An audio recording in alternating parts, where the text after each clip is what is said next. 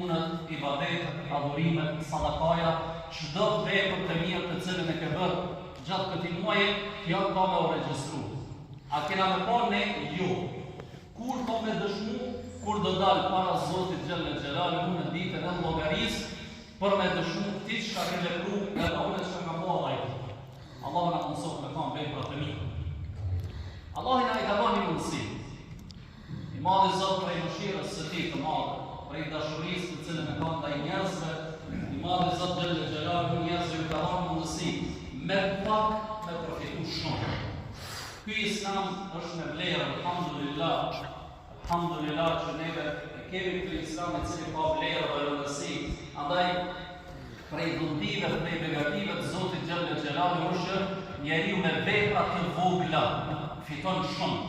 Allahu Gjelle Gjelalu ka thënë në Kur'anin famelar, Bismillahirrahmanirrahim, men jaa bil hasanati falahu khayrun minha. Kush e bën një vepër të mirë, Allah i madhruar flet për neve besimtarët, kush e bën një vepër të mirë, atij do t'i takon shpërblimi edhe më i mirë. Ti vepron pak, Allah i madhruar të shpërblen shumë, Allah i madhruar të jep shumë.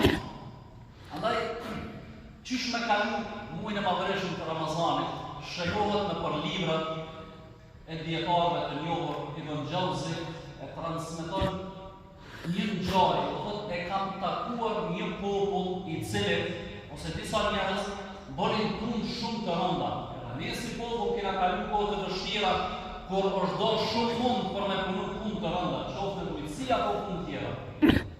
Thot ata gurë të mëdhej i bartnin me dorë, o habitsha sot fuqishëm ishin, o legjë ishin fuqishëm.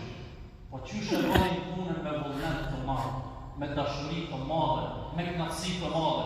Edhe u afrova një herë kam pyet, qysh po e bëni këtë punë me këtë vullnet kaq të madh?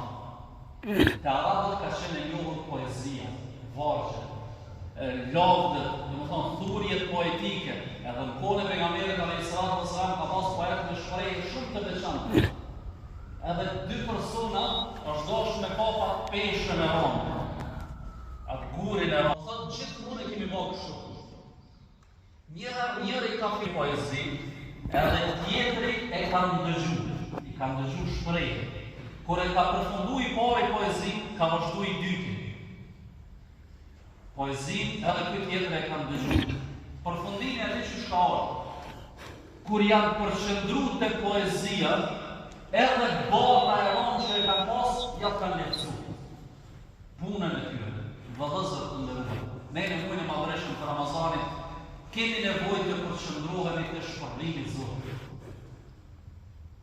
Atë pejgamberi alayhis salam me ka hadithën vazhdimsi po i ndëgjojna, por është mirë me i përjetu.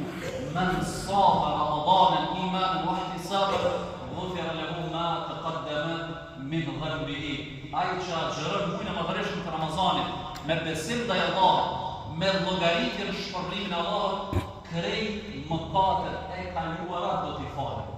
Ne në Ramazan dhe në të ditë e kena synimin për qëndrimin tonë, çfarë shpërblimin na jep Zoti.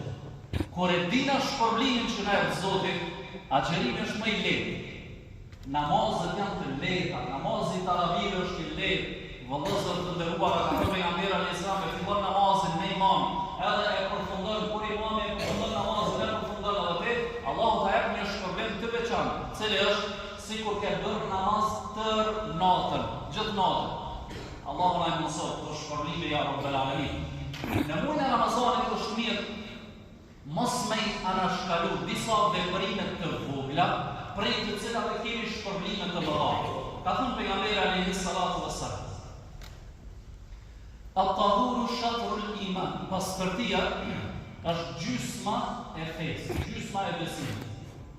E ka pas pejgamberi alayhis salam prej sunetit të tij përdorimin e miswakut. Miswaku do të thonë një pemë e cila qërohet sikur ato fijet e brushës, edhe përdoret pa pas për pastrimin e dhëmbëve. E ka thënë pejgamberi alayhis salatu wassalam, laula an ashqa ala ummati la amartuhum bil miswak inda kulli salat. Nëse s'kisha pas frikë se do ta rëndoja ummetin tim, do t'i urdhëroja ta përdorin miswakun para çdo namazi. Sot ne elhamdullah kemi brushën, e kemi pasën, edhe duhet që pastërtia e gojës të jetë e veçantë. E për këtë ka thënë pejgamberi alayhi salatu wassalam, miswaku e kënaq Allahun. Allahun e kënaq, edhe është pastërti për gojën e besimtarit. Neve të gjithë kemi ardhur edhe kemi marrë abdes, sepse dim pa pastërti nuk ka pranim të ibadetit ose nuk ka namaz. E pejgamberi alayhi salatu wassalam sërish neve na jep një shembull. Ai i cili e plotson abdesin e tij, e plotson sepse abdesi kur njëri duhet me qenë të kujdesshëm për pastrimin e fytyrës, në veçantë farzët, e dhënia mes kokës e pastrimi i duarve, i këmbëve në mes të gishave, edhe kështu me radhë, ai i cili e plotëson abdesin e tij. Pas abdesit thot ashhadu an la ilaha illa Allah wahdahu la sharika lah. Ka thënë i dërguari Allahut Muhammed alayhi salatu wassalam, Allahu i madhëruar ja jep një shpërblim, cili është shpërblimi 8 dyert të xhenetit këtij besimtarit do t'i hapë. Allahu na jep si vjarë. Merr abdes, e kryeni obligim që ka porositur Allahu xhelle xhelaluhu, e kompleton ashtu siç duhet, vjen xhamit të dyert të xhenetit i madh i Zot xhelle xhelaluhu ti mundëson. شهر رمضان الذي أنزل فيه القرآن. Muaj Ramazanit, Allahu ka thënë është muaji i Kur'anit. Ne me leximin e Kur'anit, me leximin e Kur'anit duhet të jemi të vëmendshëm në muajin e madhëshëm të Ramazanit.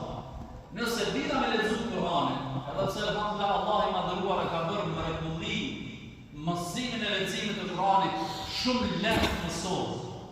14 orë mësimore njeriu është në gjendje me mësu fjalën e Zotit qysh ka zbrit.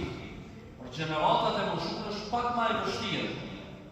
Por neve alhamdulillah 77 vjeçare të gëru, Ramazanin që shkoj ka mësu leximin e Kur'anit. Nuk ka qenë më e veçantë, mesin tonë jeton.